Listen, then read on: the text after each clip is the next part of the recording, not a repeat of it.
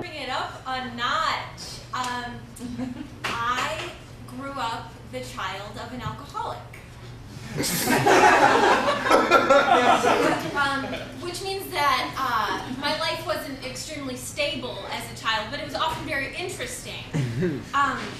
My father was a very good pool player, and he would win like lots of weird shit at pool games. Like he won a arcade centipede machine, you know, the roller ball. I think he won someone's couch one day. But one day I woke up, I was about 7 years old, and I walked into the backyard, and there tied to a tree was a goat.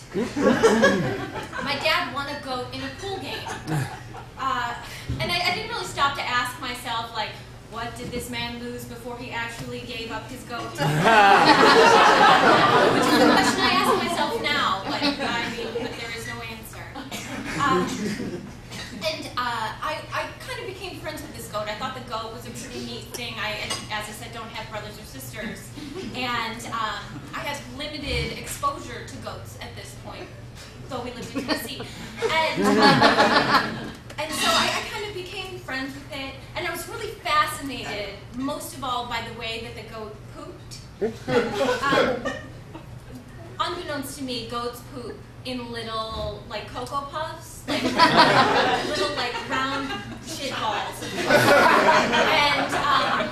And the goat would, like, aim these, like, cocoa bullets at things at, like, holes in trees and stuff and try to, like, shit into the hole. And such. I thought this was hilarious. And so one day I woke up and the goat was gone. And I was really sad about this, and my mom told me that it had chewed through the rope and run away. And I came to peace with this thinking, like, oh, of course, he ran away. A goat is much happier in the wilderness. He is out there in some sort of goat utopia. He's like shooting Cocoa Puff shit bullets at squirrels everywhere. I just imagined that he was living a really happy life.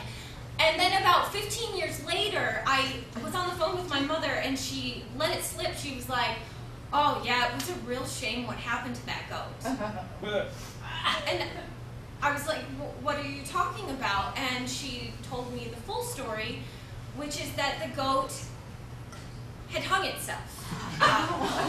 It had run around a tree several times and then just hung itself. And now I know that life in our family was not very easy. I know that times could be really tough. But I really felt like he took the coward's way out.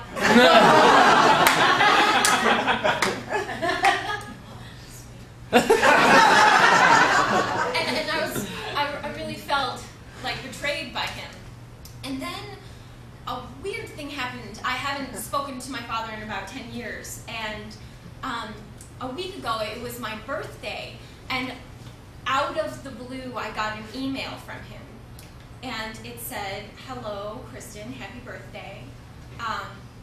I Googled your name to look for your email address. And the first thing that came up was this comedy site where I could watch videos of you doing comedy for people. And I am so proud of you because you're making people laugh and you're getting paid to do it. He obviously has no clue what it's like to do improv in Chicago. So I know that he watches the show, so I just want to end this by saying, Dad, I got your email, and